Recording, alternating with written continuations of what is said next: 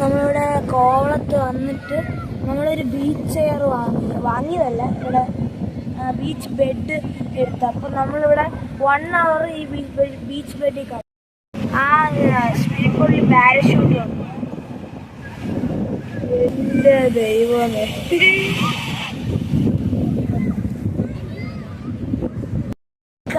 കാറ്റ് കൂടി നമ്മൾ ചിലപ്പോൾ പറന്നു പോകും. എനിക്കങ്ങനെ തോന്നുന്നു. എൻ്റെ അമ്മ